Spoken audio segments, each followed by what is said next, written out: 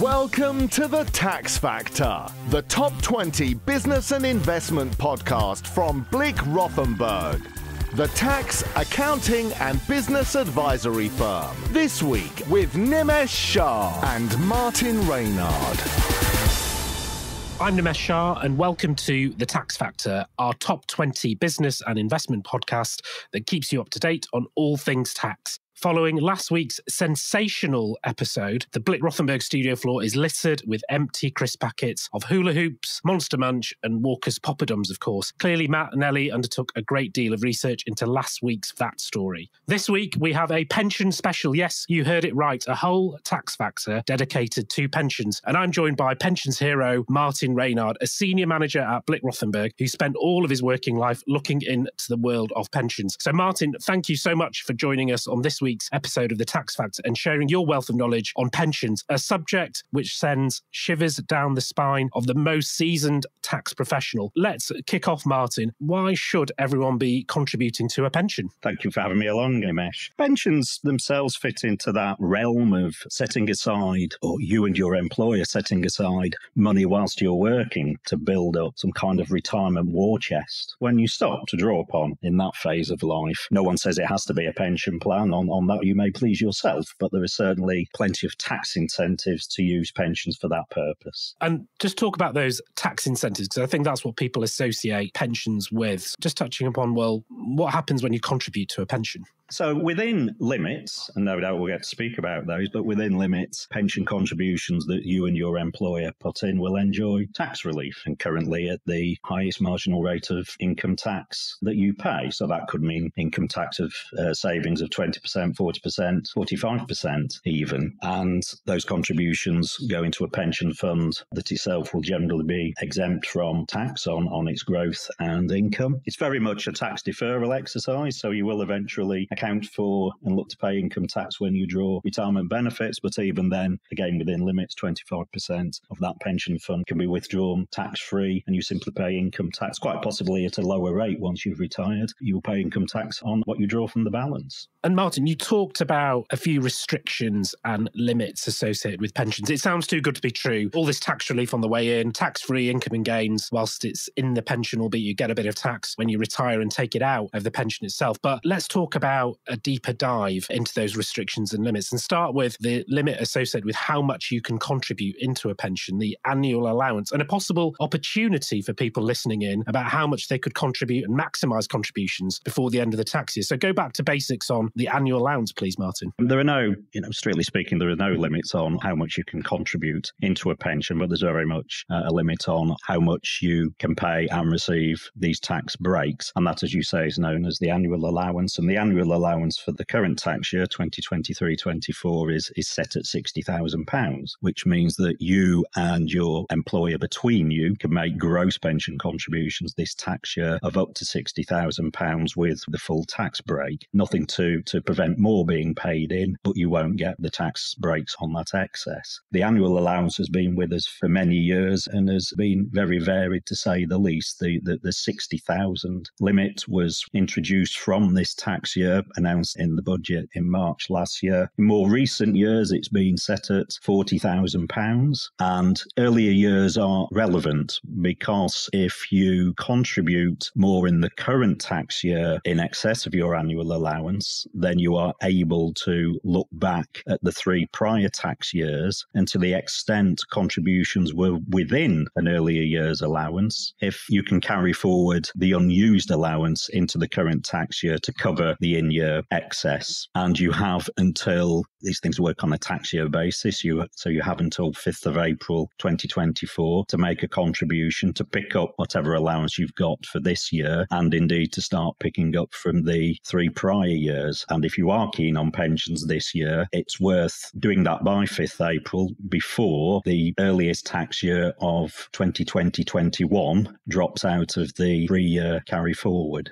Yeah, so if you've had a big windfall, a big bonus, say, and you want to put more in your pension above your your annual allowance of 60,000, then you could look at some earlier years where you have got some unused relief there and really top it up, maximise those contributions as much as possible and get that tax relief. We've talked about what happens during your life, but there's something called the lifetime allowance, which is soon to be no more. So the spring budget of 2022, Jeremy Hunt, the Chancellor, abolished the lifetime allowance in a blaze of glory. This was a measure that was really targeted at encouraging NHS consultants back into work. The lifetime allowance charge had become a bit of a barrier for consultants to continue to work and build up very generous pension benefits, which would suffer a penal tax charge. So the Chancellor said he's going to abolish it in the hope that doctors would return back to the workforce in waves. And I believe that anecdotally that's largely been the case. The cost of that measure at the time was $1 billion. And on the day after the budget, as often is the case, the shadow Chancellor, Rachel Reeves, said it was a tax cut for the wealthy and Labour government would reinstate the LTA. What a mess, someone said to me on the day after the budget, if that is to happen. So Martin, firstly explain in layman's terms the issue with the lifetime allowance, and do you have any thoughts how this would work if a Labour government was to put the LTA back in place in, say, about a year's time? I know this is a topic that comes up a lot. People are worried about the lifetime allowance coming back. In the same way that we find many people have got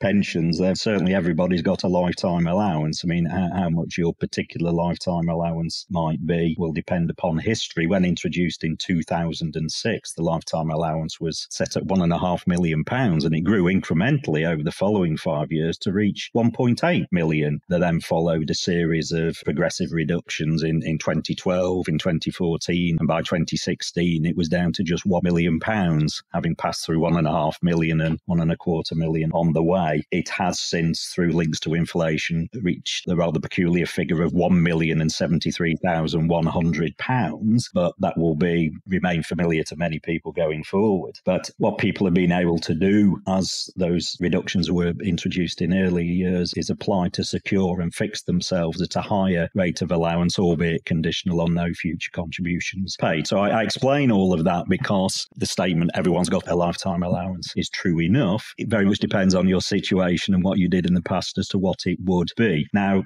the main point about the lifetime allowance is that it is your own limit on your funds that will be tax efficient in that sense, as I said earlier, that 25% can be tax-free and 75% when you draw on it is taxed as income. With the lifetime allowance in play, to the extent that your pension funds prove to be in excess of the lifetime allowance, and that test was something that would normally happen on retirement or perhaps on death, with even a mop-up test at 75, if you got that far without it previously being tested, to the extent you're in excess of the lifetime allowance, there was a lifetime allowance charge, which effectively operated as a tax surcharge on the excess benefits. And that the amount of that would depend upon how you took the excess. If you took it as a lump sum, it would be a 55% tax charge on that excess. If you use the excess to provide additional retirement income, there'd be a flat charge of 25% on the excess. So that would just come out of the fund altogether. And when you could only draw then on the 75%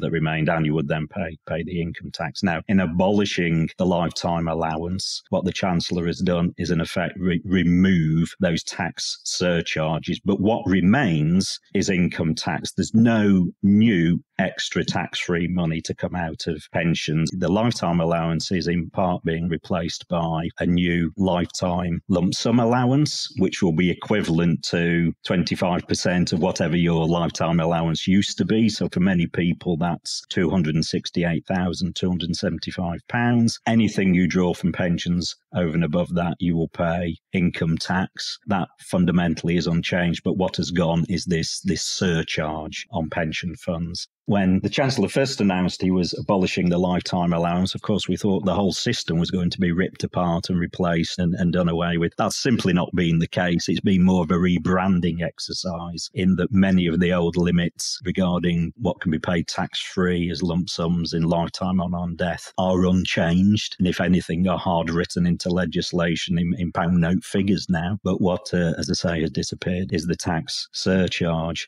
Labour has since been fairly quiet on it. I suppose they will need to take a view on what the loss to the Treasury is of that particular pension surcharge. But there's certainly no suggestion, I think, that wealthy people are suddenly going to be skipping off into the sunset with tax-free pension funds. There is no more tax-free to be had, just perhaps a lower tax burden and a more reasonable tax burden being set at income tax on anything above a relatively modest tax-free allowance. And I think, Martin, it was the 55% that really caught the headlines of, say, the NHS consultants, people who had put in more into their pension in excess of that lifetime allowance. And as you say, what the Chancellor did was now remove that 55% surcharge so that people could have more contributions into their pension without suffering that penal tax charge. I think it's going to be viciously complicated if any future government decides to reinstate the LTA. I suppose one of the good things with the LTA going is it is a form of simplification, albeit even in the few minutes that we've been talking so far, pensions are viciously complicated. We could talk about this all day, but we don't have all day. So let's talk about what may happen when you retire. But so in particular, in 2014, Martin, I'm sure you remember that far back, George Osborne and David Cameron played a bit of a political masterstroke by introducing pension freedoms, which basically allowed you to fully access your pension pots. And there were lots of stories at the time, I remember, about pensioners in Ferrari dealerships using their pensions to go and buy very expensive cars and yachts. So very briefly, what were pensions freedoms at the time? And